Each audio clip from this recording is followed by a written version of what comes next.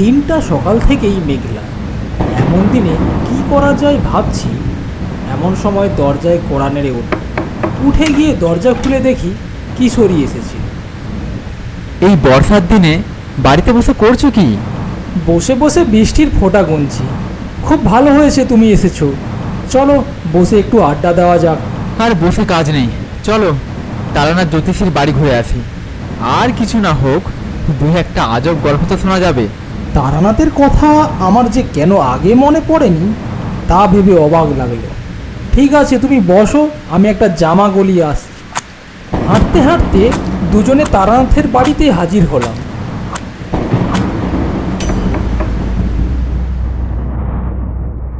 দরজা খুলল তারানাথের মেয়ে চারি। কাকা বাবু, আপনারা বসুন, বাবাকে ডাকছি।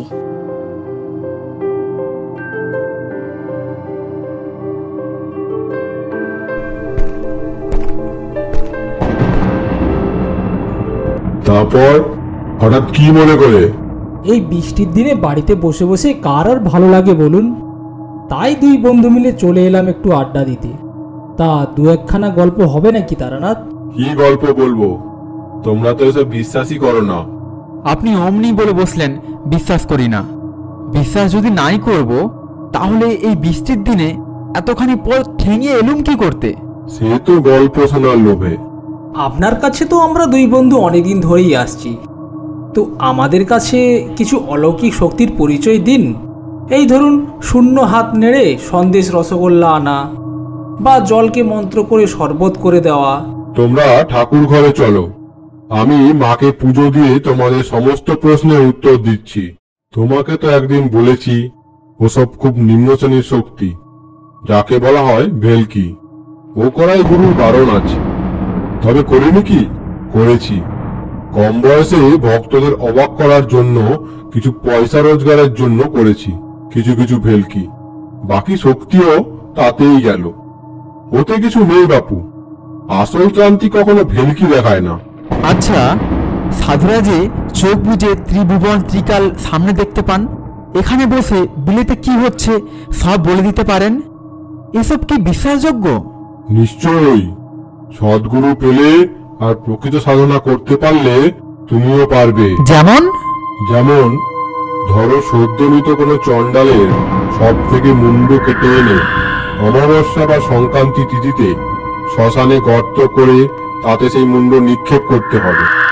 পরে গভীর রাতে সেই গর্তের ওপর পদ্মাসনে বসে মাথার ওপরে মরা দাঁড়কাকের বাঁদিকে ডানা রেখে 1,00,000 বার বীজ মন্ত্র জপ করলে তুমিও সর্বজ্ঞ হতে পারো।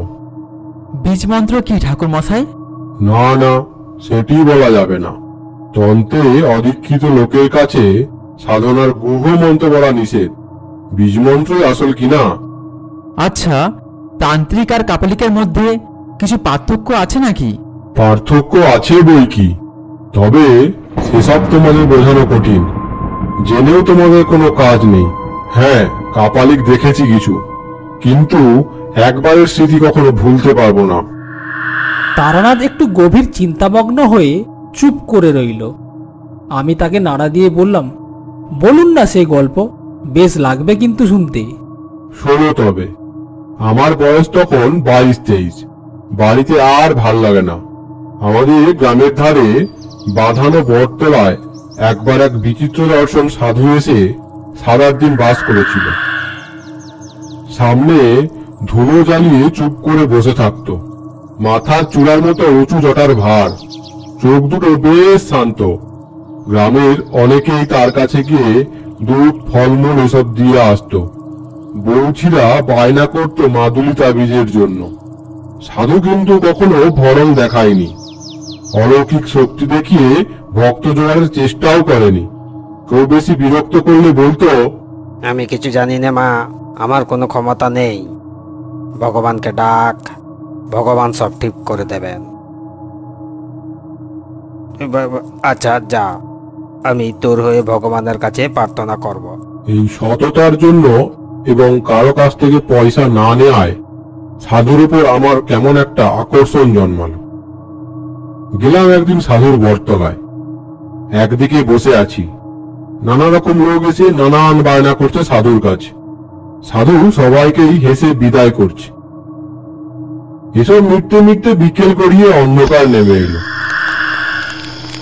এবার আমি আর সাধু কেবলই রয়েছি বটতলায়।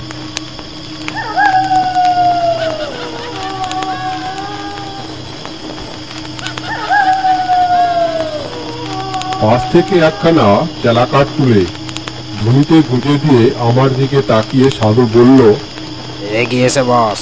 আমি সাধুর সামনে ধুনির এপাশে গিয়ে বসলাম।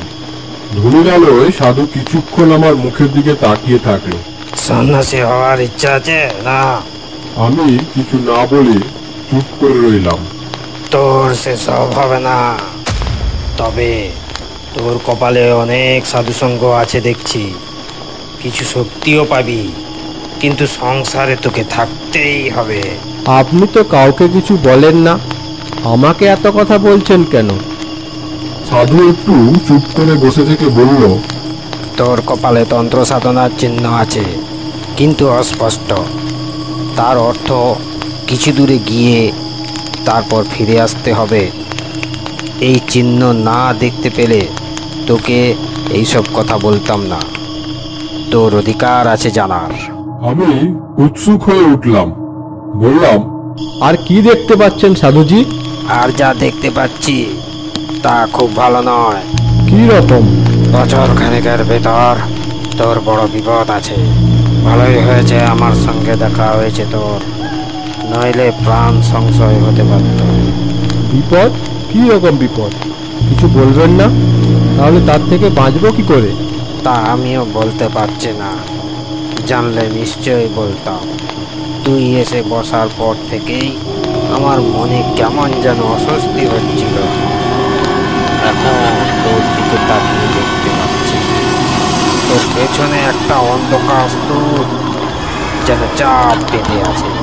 আমি চমকে পেছন দিকে তাকাতেই সাধু হেসে বলল, তুই দেখতে পাবি না, আমি দেখতে পাচ্ছি। 1 বছরের মধ্যেই যে বিপদ ঘটবে তা কি করে বলছেন?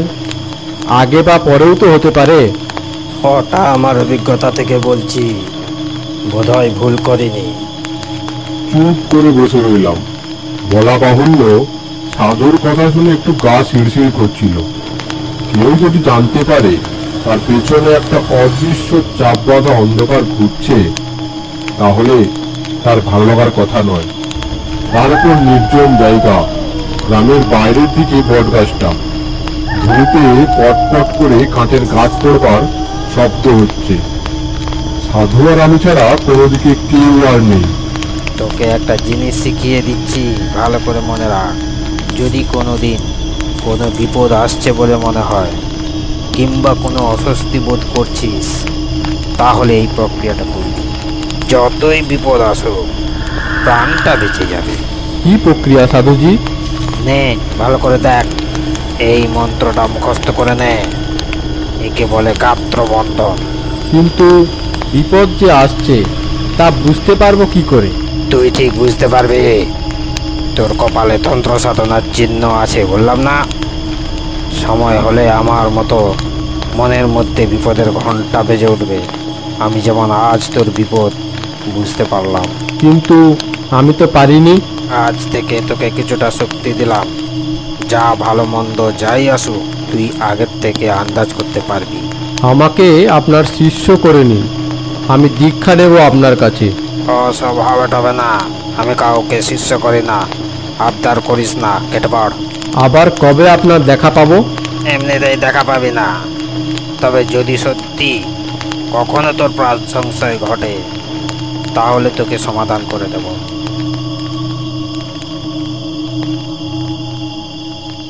যা যা যা, ভাগ, পালা পালা। বাড়ি ফিরে এলাম। পরদিনই সেই সাধু আস্তানা ভেঙে কোথায় চলে গেল কে জানে। পরদিন বিকেলে বটতলায় গিয়ে দেখি শুধু সেই নিভে যাওয়া ধুনির ছাই আর কতগুলো আতপোড়া কাঠ পড়ে আছে। এভাবেই মাসখানেক কাটলো। কিছুই যেন আর ভালো লাগছে না, কেবলই বাড়ির বাইরে বেরিয়ে পড়তে ইচ্ছে করছে। পথ যেন দারুণ আকর্ষণে টানছে। কেবল যে ধর্মেশ পিয়া তা নয়, একটা ভবঘরমী পেয়ে বসলো। আরো কিছুদিন এইভাবে কাটবার পরে একদিন সত্যি কয়েকটা জামা কাপড় আর 10টা টাকা নিয়ে বেরিয়ে পড়লাম।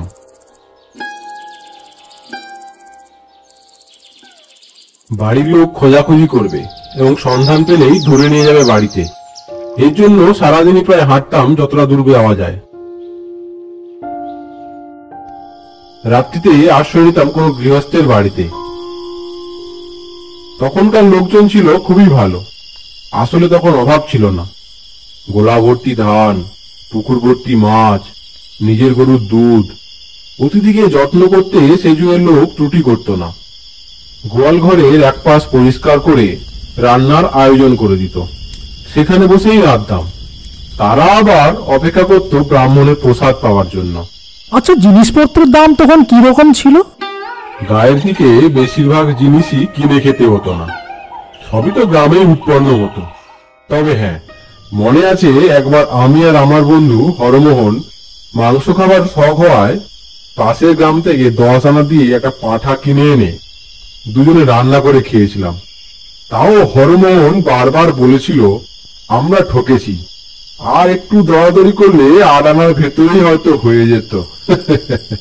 আমি অবাক হয়ে বললাম, মানে 10 আনায় একটা আস্ত পাঁঠা? বলো কি ঠাকুর মশাই?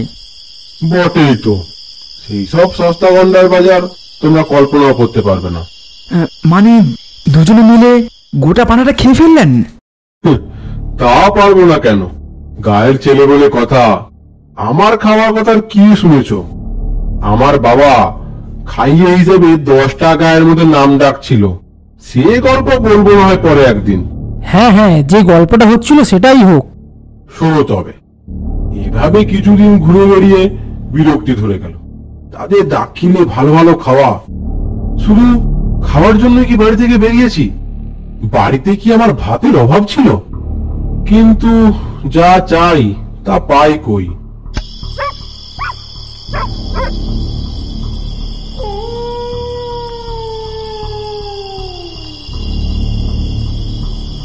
যাই হোক, পথ হেঁটে ক্লান্ত অবস্থায় একদিন সন্ধেবেলা এক গ্রামে এসে পৌঁছালাম। গ্রামটায় তেমন ঘনবসতি নেই, একটু ছাড়া ছাড়া বাড়িঘর, আম জাম বাঁশবাগানে ভরা। একটা বড় আম বাগানের পাশে কাদের বেশ সুন্দর বাড়ি দেখে সেখানে আশ্রয় নেব ভাবলাম। উঠোনে দাঁড়িয়ে এদিক ওদিক তাকাচ্ছি, হঠাৎ একজন মধ্যবয়স্ক লোক এগিয়ে এসে বলল, কে আপনি? কি চান এখানে? আমি এক ব্রাহ্মণ মানুষ, রাত্রিটা একটু থাকবার সুবিধে হবে কি? ব্রাহ্মণ লোক শুনে লোকটি বলল, আসুন ঠাকুর আসুন, কি সৌভাগ্য আমার। আমায় নিয়ে বাড়ির এক পাশে বসালো, পা ধোয়ার জল দিল। তার নাম মাধব ঘোষ, সেই বাড়ির মালিক। চাষবাদ আছে প্রায় 50 বিঘের। মাধব লোকটাও বেশ ভালো। আমাকে রান্নার ব্যবস্থা করে দিয়ে সে ঠায় বসে রইল সামনে, বসে গল্প করে। আর একটু বাদে হুঁকোটিকে এগিয়ে দিয়ে বলে, সাজন ঠাকুর মশাই, ব্রাহ্মণ দেবতার প্রসাদ পাবে বলে কথা। কথায় কথায় আমি বললাম, তোমার আতিথেয়তা বড়ই সুন্দর। এই যে তুমি আমাকে এত যত্ন করছো, এতে তোমার লাভ কি? আগে ও কথা বলে আমার লজ্জা দেবেন না। ব্রাহ্মণ দেবতার হাড়িতে দুটি চাল দিতে পারছি, সে তো আমার সৌভাগ্য। তবে কথা কি জানেন ঠাকুর, সব অতিথি তো আমার সমান হয় না। এই তো দিন 7 আগে আমাদের বাড়িতে সে এক কাণ্ড। কেন, কি হয়েছিল? চুরি টুরি নাকি? তাহলে তো বরং ভালোই ছিল। এই ঠিক সন্ধ্যার বিকেলের দিকে এক লাল কাপড় পরা সন্ন্যাসী এসে বলে, তোমার এখানে থাকবো। আমার সাদা মনে কাদা নেই, বললাম থাকুন।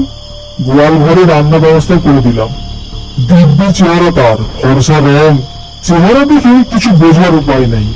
পরদিন সকালে সন্ন্যাসী যাওয়ার সময় আমাকে ডেকে বলল, কাল যে মেয়েটি রান্নার জিনিসপত্র দিয়ে গিয়েছিল, সে তোমার কে হয়? আমি বললাম, আমার মেয়ে। কেন বলুন তো? তারপর কি বলবো ঠাকুর মশাই, সন্ন্যাসী যা বলল তা শুনে আমার মাথায় রক্ত উঠে গিয়েছে। আমায় বলে, তোমার ওই মেয়েটিকে দাও, আমি ভৈরবী করবো, ওর শরীরে ভৈরবীর চিহ্ন রয়েছে। আমি অবাক হয়ে বললাম, তারপর? তারপর আর কি, আমার চেঁচামেচিতে পাড়ার লোক জড়ো হয়ে গেল। বললেন, যাও ঠাকুর, ব্রাহ্মণ বলে শুধু পার পেয়ে গেলে, নইলে মাধব ঘোষের মেয়েকে নজর দিয়ে এই গ্রাম থেকে কেউ বেরোতে পারেনি। সন্ন্যাসী আমার দিকে কটকট করে তাকিয়ে যাওয়ার সময় বলে গেল, কাজটা তুই ভালো করলি না, তোর মেয়ে উদ্ধার হয়ে যেত, প্রতিফল হাতে হাতে পাবি। আমি অবাক হয়ে শুনছিলাম। বললাম, বলো কি হে, এ তো সাংঘাতিক ব্যাপার। লোকটার আসেনি তো?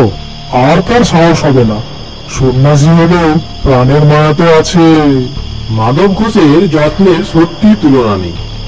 খাওয়া যখন প্রায় শেষ হয়ে এসেছে, একটা বড় জামবাটি ভর্তি দুধ এনে সে একটু দূরে নামিয়ে রাখলো। আমি লজ্জা পেয়ে বললাম, আবার দুধ কেন? আগে খাওয়ান ওটুকু, ব্রাহ্মণ সেবা করলে আমার কল্যাণ হবে। পরের দিন সকালে উঠে আমি মাধবের কাছে বিদায় নিলাম। সে ছাড়তেই চায় না কিছুতেই। আমি প্রায় জোর করে চলে এলাম বলা যায়, কারণ আগেই বলেছি আমি দুটো ভাতের জন্য পথে বের হইনি। সরল মানুষের ঘাড়ে চেপে অকারণে অন্ন ধ্বংস করতে আমার খারাপ লাগলো। এই পথে আবার কখনো এলে তার বাড়িতে আশ্রয় নেব বলে কথা দিয়ে বেরিয়ে পড়লাম। দুপুরে একটা গঞ্জ মতো জায়গায় গিয়ে চিড়ে দই কিনে খাই, তারপর আবার হাঁটি। সারাদিনে প্রায় মাইল 15-16 হেঁটে সন্ধ্যা নাগাদ একটা এমন জায়গায় এসে পৌঁছলাম যার ত্রিসীমানায় কোনো গ্রাম বা জনবসতি নেই। রুক্ষ পাদপহীন প্রান্তরের মধ্যে দিয়ে একটা ছোট্ট কি নদী তীর তীর করে বয়ে চলেছে। কি করব ঠিক করতে না পেরে নদীর ধার ধরে হেঁটে এগোতে লাগলাম। মিনিট 15 হেঁটে দেখি সামনে এক শ্মশান, বেশ বড় শ্মশান। অন্তত যতদূর চোখ যায় তাকিয়ে দেখলাম কেবল পোড়া পোড়া কাঠের গুঁড়ি, ছেঁড়া মাদুর, কাঁথা, ভাঙা কলসি এইসব পড়ে আছে। ওই নির্জন শ্মশানে একা সন্ধেবেলা আপনার ভয় করলো না? না, ভয় করবে কেন? শ্মশান অতি পবিত্র স্থান। সেখানে মানুষের সমস্ত পাপ শেষবারের মতো মুছে যায়, তার ঊর্ধ্বলোকে প্রস্থানের পথ সুগম হয়। শ্মশানে ভয় কিসের? দাঁড়িয়ে চারিদিক তাকিয়ে দেখছি, হঠাৎ গম্ভীর গলায় পেছন থেকে কে যেন বলে উঠল, এখানে কি চাই? কি ভয়ানক সে গলার স্বর! লোহার ড্রামে পাথরকুচি ঢাললে এমন শব্দ হতে পারে। চমকে পেছনে তাকিয়ে দেখি একজন সাধু দাঁড়িয়ে আছে। মাথায় অজস্রতা জটা, মুখময় দাড়ি গোফের জঙ্গল, লম্বায় আমার মাথা ছাড়িয়ে, পরনে রক্তাম্বর। কি দরকার এখানে? সাধুকে প্রণাম করে বিনীতভাবে জানালাম, আমার বিশেষ কোনো দরকার নেই, পথ হাঁটতে হাঁটতে এই এসে পৌঁছেছি মাত্র। তা কোথায় যাওয়া হবে? কোথাও না সাধুজি। কোথাও যাবে না, তার মানেটা কি? ঠিক নেই, যেখানে আশ্রয় পাই থেকে যাই। সাধু কি বুঝলো জানি না, কিছুক্ষণ আমার মুখের দিকে স্থির হয়ে তাকিয়ে থাকলো, তারপর বলল, আয়, আমার সঙ্গে আয়। সেই ঘনায়মান অন্ধকারে আমি সাধুর পেছনে চললাম। বেশ খানিকটা হাঁটবার পর দেখি একটা গাছের নিচে সাধু মরার মাদুর, কাঁথা ইত্যাদি টাঙিয়ে বেশ ঝুপড়ি মতো বানিয়েছে। আপনি এখানে থাকেন? কেন, অসুবিধাটা কি? সাধুর কথাবার্তা যেন কেমন কেমন লাগলো। আমি বললাম, না, অসুবিধে আর কি। সাধু আমাকে ঝুপড়ির বাইরে বসতে বলে নিজে ভেতরে ঢুকলো। বেরিয়ে এলো দুটো পাকা কলা হাতে নিয়ে। এই নাও, খাও খাও। কি উদ্দেশ্যে বেরোনো হয়েছে বাড়ি থেকে? সাধু হবার ইচ্ছে নাকি? আমি উত্তর না দিয়ে কলা হাতে চুপ করে বসে রইলাম। তুই আমার কাছে থেকে যা, আমি তোকে চেলা করে নেব, থাকবি? তারপর সাধু একটা কথা বলল, যা আমাকে আমাদের গ্রামের বর্তলার্সি সাধুও বলেছিল। তোর কপালে তন্ত্র সাধনার চিহ্ন আছে, থেকে যা তুই আমার কাছে। এই সাধুকে দেখে আমার তেমন ভক্তির উদয় হয়নি, বরং কেমন একটু অস্বস্তি হয়েছে। এত সহজে নিজে থেকে চেলা করে নিতে চাইলো দেখে সে ভাব বেড়েছে, বই কমেনি। ভালো সাধু কখনো কথায় কথায় শিষ্য করে বেড়ায় না। অবশ্য আমার আর কি, থাকি কদিন, ভালো না লাগলে চলে যাব। থাকবো। বেশ বেশ, আমি একটা বিশেষ সাধনা করছি, সেটা কয়েকদিনের মধ্যেই শেষ হয়ে যাবে। তারপর থেকে তোকে আমি দীক্ষা দেব। কি সাধনা? সে আছে, সময় হলেই জানাবো। তাছাড়া তোর সাহায্যও আমার দরকার হতে পারে। থেকে গেলাম সাধুর কাছে। এভাবেই 2-4 দিন কেটে গেল। সাধু আমাকে একলা ফেলে রেখে সারাদিন কোথায় কোথায় ঘুরে কিসব সংগ্রহ করে আনে, বোধহয় নিজের সাধনার জিনিসপত্র। রাত্রে বসে অনেকক্ষণ ধরে পুজো আর্চা জপ টপ করে। সেই সময়টা আমি একটু দূরে কাঠকুটো দিয়ে কিছু আগুন জ্বালিয়ে মাটি হাঁড়িতে ভাতে ভাত রান্না করি। অনেক রাত্রে খাওয়া হয়। ক্রমে সাধুর কাণ্ড কারখানা দেখে আমার মনে দৃঢ় বিশ্বাস হলো সাধু একজন কাপালি। একদিন একটা মরা চড়ুই পাখি কোথা থেকে ঠ্যাঙে ধরে ঝুলিয়ে এনে হাজির। ঝুপড়ি থেকে ছুরি এনে চড়ুইটার পেট চিয়ে নাড়ি ভুড়ি বের করলো সাধু। তারপর কি একটা জিনিস আমাকে না দেখিয়ে টুক করে ভরে দিল পাখিটার পেটে। আবার ঝুপড়িতে ঢুকে দুখানা একই মাপের মাটির সরা এনে একটায় মরা পাখিটা রেখে অন্যটা দিয়ে চাপা দিয়ে দিল। তারপর একটু আটা মেখে সেই আটা দিয়ে দুটো সরাই মুখ জুড়ে দিল। আমি অবাক হয়ে বললাম, এ দিয়ে কি হবে? ও দিয়ে কাজ আছে। আগুনে পোড়াও তো এটা। 1 ঘন্টা ধরে পোড়াবে। এইভাবে 3 দিন 1 ঘন্টা করে পোড়াবে। নাও নাও এটা। আমি কথা না বলে সরাটা সাধুর কাছ থেকে নিয়ে আগুনে রেখে দিলাম। দ্রব্যগুণ, বুঝলে? দ্রব্যগুণ এক বিরাট জিনিস, তুমি মানো? বললাম, নিজে প্রত্যক্ষ দেখিনি কখনো। গাছপালা থেকে ঔষধ তৈরি হয় দেখেছি, খেলে অসুখ সেরে যায় তাও দেখেছি, কিন্তু যেসব কথা শুনতে পাওয়া যায় যেমন বশীকরণ, তম্বন, সেসব দেখিনি। বশীকরণ ও আবার একটা কঠিন কিছু নাকি? ওর অনেক রকম উপায় আছে। বেশি জটিল প্রক্রিয়ায় যাবার দরকার কি? একটা সোজাই উপায় শিখিয়ে দিই, শোন। চেষ্টা করলে তুইও পারবি। আগে কি উপায়? যে কোনো মাসের অবস্থা তিথিতে যদি দুপুরবেলা ঘূর্ণিঝড় ওঠে কিংবা জোরালো হাওয়া দেয়, তাহলে সেই হাওয়ায় উড়ে যাওয়া কোনো শুকনো গাছের পাতা একটা মন্ত্র বলতে বলতে বা হাতে ধরে ফেলতে হবে। সেই পাতা গুঁড়ো করে পান বা দুধ বা যা হোক কিছু সঙ্গে খাইয়ে দিতে পারলেই সেই লোক কুকুরের মতো তোর পায়ে পায়ে ঘুরবে। আছে আমার কাছে, দেখবি। সাধু ঝুপড়ি থেকে একটা শুকনো অসত্য পাতা হাতে করে বেরিয়ে এলো। ভাদ্র মাসের অবস্থায় ধরেছিলাম, থাক আমার কাছে, এর গুণ দেখিয়ে দেব। দিন 2 আগে সাধু একটা বেশ মোটা নিমের ডাল নিয়ে এসেছিল। একদিন সকালে দেখি বসে বসে ছুরি আর দা দিয়ে কেটে তার থেকে একটা পুতুল বানাচ্ছে। নাক, মুখ, চোখ সব শুধু একটা মানুষের মূর্তি। এদিনও অবাক হয়ে জিজ্ঞাসা করলাম, এ দিয়ে কি হবে? কাজ আছে। তখনও আমি সাধুর আসল উদ্দেশ্য কিছুই বুঝতে পারিনি। বুঝতে পারলে আর এক মুহূর্ত ওখানে থাকতাম না। আরো 3-4 দিন কাটলো। একদিন বিকেলে আমি রান্নার জন্য কাঠকুটো এক জায়গায় জড়ো করছি। সাধু কাছে এসে বসলো। তুই প্রকৃতির সংহার শক্তিতে বিশ্বাস করিস? আগে ঠিক বুঝতে পারলাম না। প্রকৃতির অনেক রকম শক্তি আছে। যেমন প্রকৃতি আমাদের শস্য দান করে, বাতাস দান করে, বৃষ্টি দান করে। এগুলোতে আমাদের প্রাণ আছে, এগুলি শুভ শক্তি।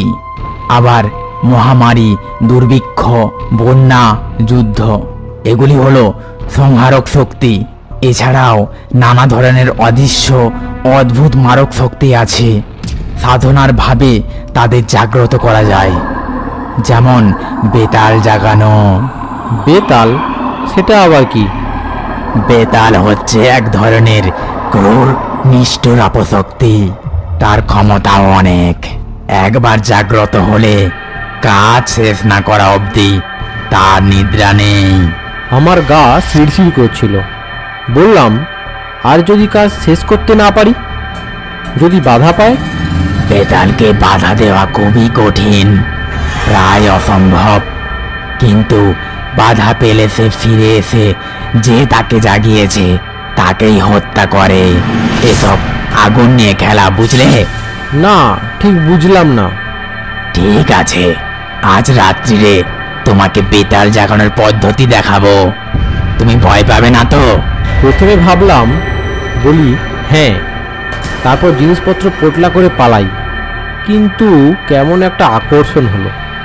বললাম, না, আপনি কি এরই সাধনা করছিলেন? এখনো শুরু করিনি, তবে এবার শুরু করব।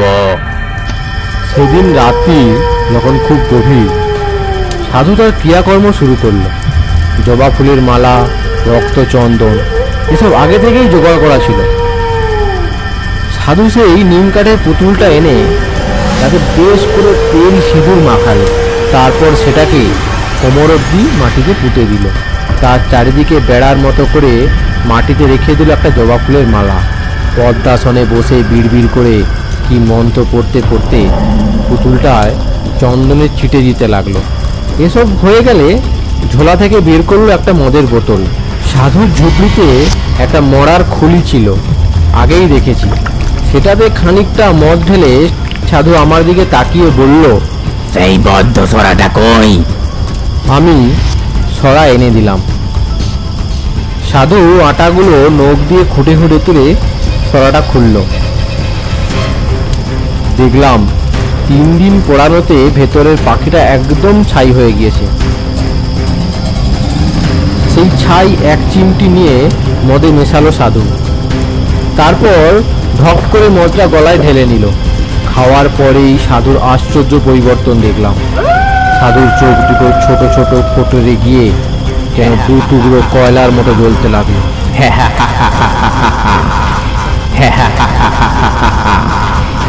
আমার দিকে ফিরে সাধু বলল, শুকনো কাঠ দিয়ে একটা ধ্বনি করো তো। ধুনি বেশ জ্বলে উঠতে সাধু রক্তচন্দন দিয়ে ধুনি পুজো করল। তারপর তামার কষায় গাওয়া ঘি, একটা জবা ফুল আরো কি যেন মিশিয়ে মন্ত্র করে আগুনে আহুতি দিল। সঙ্গে সঙ্গে একটা বিকট পোড়া গন্ধে ভরে গেল চারিদিকে। সাধু বিকৃতি গলায় হেসে উঠল।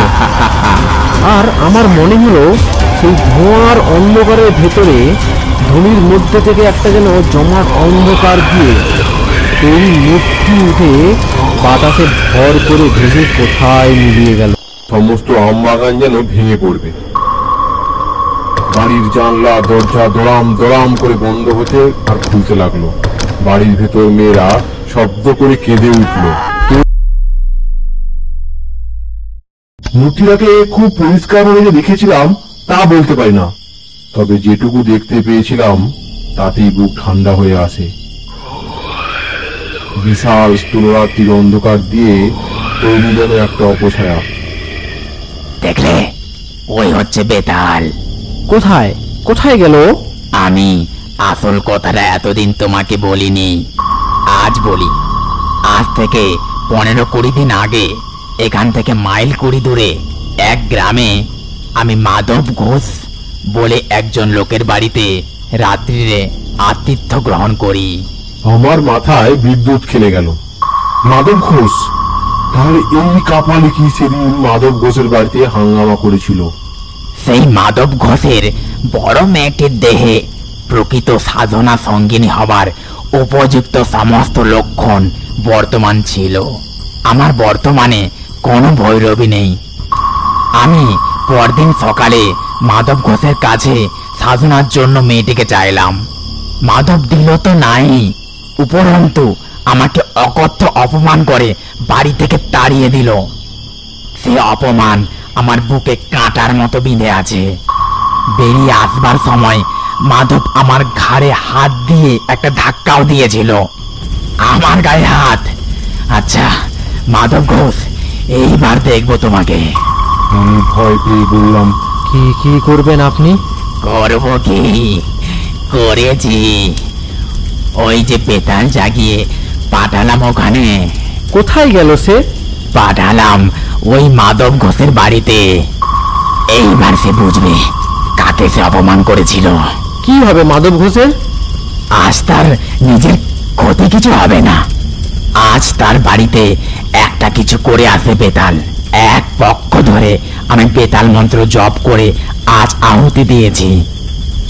কাল অমাবস্যা, কাল পূর্ণাহুতি দেব হোম করে। ওই যে নিম কাঠের পুতুল দেখছো, ওটা হচ্ছে মাধব ঘোষের প্রতিমূর্তি। ওই পুতুলে কাল প্রাণ প্রতিষ্ঠা করে বেতালকে চিনিয়ে দেব। তারপর বেতাল আবার কাল যাবে মাধবের বাড়ি। তারপর পরশু মাধব ঘোষের মৃতদেহ পড়ে থাকবে উঠোনে বা কি আমবাগানের মধ্যে। কেউ কিচ্ছু টের পাবে না কোথা দিয়ে কি হলো। সাধুর মুখখানা এখন আমার কাছে নেজে দাগের মতো লাগছে। আমি আর সহ্য না করতে পেরে বললাম, এটা আপনি অন্যায় করছেন, এটা ঠিক নয়। সাধুর চোখ আবার ঝক করে জ্বলে উঠল। পৈশাচী ক্রোধে মুখ বিকৃতি করে সে আমার দিকে তাকিয়ে বলল, কি বলতে চাস তুই? আমি অন্যায় করছি? নিশ্চয়ই অন্যায়। আপনি কুকর্মে লিপ্ত আছেন জানলে আমি একদিনও থাকতাম না এখানে। প্রতিহিংসা সাধনের জন্য নরহত্যাই মহা অধর্ম। ওহে মূর্খ, কাপালিকের পক্ষে প্রতিহিংসা সাধন অধর্ম কিছু নয়। তুই তার কি বুঝবি? থামুন, আপনার মতো নরকের কুমিকৃটের কাছে আর নয়। আমি চললাম, আপনি থাকুন আপনার ওই কুৎসিত সাধনা নিয়ে। হন হন করে হেঁটে সেই রাত্রেই রওনা দিলাম শ্মশান থেকে। পেছনে সাধু ডেকে বলল, যাচ্ছিস যা, কিন্তু শুনে যা, আজ পর্যন্ত কেউ আমাকে অপমান করে বেশি দিন পৃথিবীর আলো দেখেনি। মনে রাখিস কথাটা। অনেক দূর চলে এসেছি, তখনও পেছন থেকে রাত্রের নির্জনতা ভেদ করে সাধুর উন্মাদের মতো হাসি শুনতে পাচ্ছিলাম।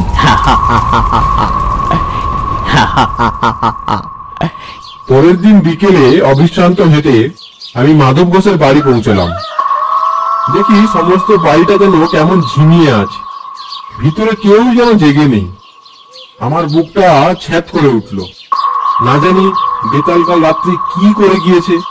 উঠোনে দাঁড়িয়ে ডাক দিলাম, মাধব, মাধব, বাড়িতে কেউ আছে? ডাক শুনে ভেতর থেকে মাধব বেরিয়ে এলো। আমাকে দেখে সে যেন হাতে চাঁদ পেল। এগিয়ে এসে পায়ের ধুলো নিয়ে বলল, ঠাকুর মশাই, ও আপনি এসেছেন? আমি যেন একটু বল পেলাম। ভগবান পাঠিয়েছেন আপনাকে। দেখলাম মাধবের চোখ বসে গিয়েছে, মুখ শুকনো। বললাম, কি হয়েছে? কোনো বিপদ আপদ হয়নি তো? আর বিপদ, গতকাল রাত্রিতে আমার দুখানা গাই গরু মরে গেল ঠাকুর মশাই। সে কি, গরু মারা গেল কি করে? তা কি করে বলি বলুন তো ঠাকুর মশাই। আশ্চর্য ব্যাপার, তখন অনেক রাত। হঠাৎ গোয়ালে কেমন যেন একটা শব্দ শুনলাম। মনে হলো গরুগুলো যেন ভয় পেয়ে ছটফট করছে। উঠে বাইরে যাওয়ার আগেই মুগলি গাইটা চিৎকার করে উঠল। গিয়ে দেখি রানী আর মুগলি দুটোই মাটিতে শুয়ে ছটফট করছে। কি হলো কে জানে। তখনই লোক পাঠালাম পাশের গায়ে গোবাদ্দির জন্য। সে এলো বটে, কিন্তু কিছু বুঝতেই পারলো না। আজ সকালে মারা গেল গরু দুটো। মাধবের চোখ দিয়ে জল পড়তে লাগলো। আজ সকাল থেকে আবার মেয়েটার জ্বর, কারা যেন পুড়ে যাচ্ছে। এসব তো ভালো নয় ঠাকুর মশাই। আপনি এলেন ভালোই হলো। ব্রাহ্মণ মানুষ, ভিটাই বাস করলে আমার ভয় কেটে যাবে। বুঝলাম সবই, কিন্তু আমার কি করার আছে কিছুই বুঝতে পারলাম না। আমি থাকলে যদি মাধব শান্তি পায়, তাহলে থাকতে ক্ষতি কি? থেকে গেলাম। একটু পরেই একটা অদ্ভুত ঘটনা ঘটলো। তখন বিকেল বেশ গাঢ় হয়ে এসেছে। মাধব ঘোষ বেশ করে ফলারের আয়োজন করে দিয়েছিল। ফল আহার করে আমি পেছনের আমবাগানের দিকে গেলাম একটা জিনিস আনার জন্য। হঠাৎ মনের মধ্যে কেমন যেন একটা অনুভূতি জেগে উঠল। ঠিক কিরকম তা বোঝাতে পারবো না, যেন আমার খুব বড় একটা বিপদ আসছে। খুব কাছে এসে গিয়েছে বিপদরা। ভয়ের একটা বিচিত্র অনুভূতি বুকের মধ্যে ঠেলে উঠল। সেই অন্ধকার নির্জন আমবাগানে দাঁড়িয়ে হঠাৎই আমার বুক কেমন যেন হিম হয়ে গেল। কেন এরকম হচ্ছে আমার?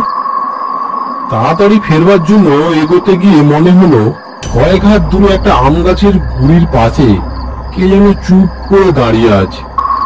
আর একটু হলে বলে ভয় পেয়ে চিৎকার করে উঠতাম, কিন্তু ততক্ষণে যে দাঁড়িয়ে আছে তাকে আমি চিনতে পেরেছি।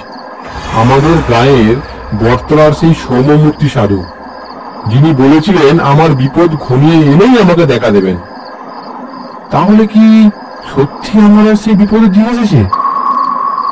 দূর থেকেই আমি সাধুকে প্রণাম করলাম। সাধু হেসে হাত তুলে আশীর্বাদ করলেন। তারপর হঠাৎ কোথায় সাধু, কোথায় কি, কেউ কোথাও নেই। আমি একা অন্ধকারে দাঁড়িয়ে। ফিরে এসে মাধব ঘোষকে ডাকলাম। দেখো, আজ তোমার আমার দুজনেরই খুব বিপদ। কি বিপদ তা আমি তোমাকে বলবো না, তোমার জেনেও কাজ নেই। মোট কথা, আজ আর তুমি বা তোমার বাড়ির কেউ বাড়ির চৌহদ্দির বাইরে পা দেবে না। চুপ করে বাড়িতে বসে ভগবানের নাম করো, আর আমাকে এক ঘটি জল এনে দাও তো। মাধবের মুখ শুকিয়ে আরো ছোট হয়ে গেল। দৌড়ে এক ঘটি জল নিয়ে রয়েছে। আমি সাধু দেওয়া গাত্রবন্ধের মন্ত্র দিয়ে জলটা শোধন করে বাড়ির চারিদিকে ঘুরে ছিটিয়ে গন্ডি কেটে দিলাম। আমি বুঝতে পেরেছিলাম বিপদ শুধু আমার আর মাধবের। কাপালিক আমাকেও ছাড়বে না।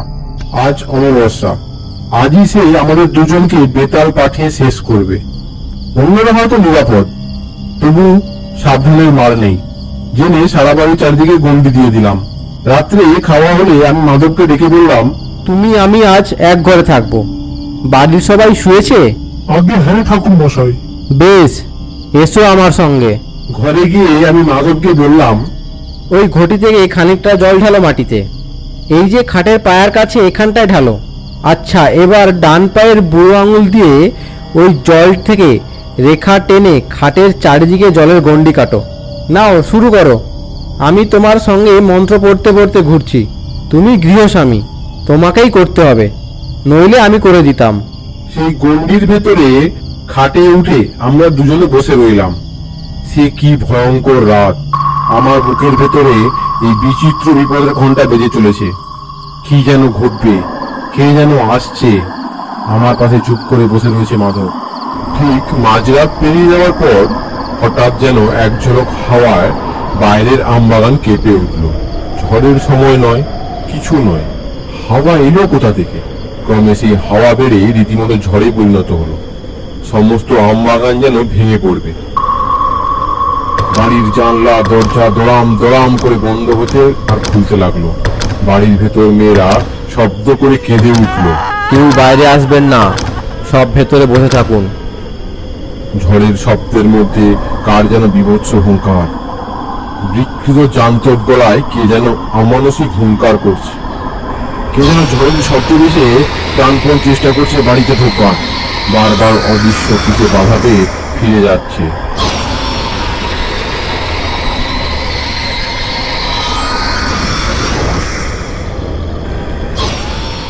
খানিকক্ষণ এরকম চলার পর হঠাৎ ঝড়টা যেন এক মুহূর্তে থেমে গেল।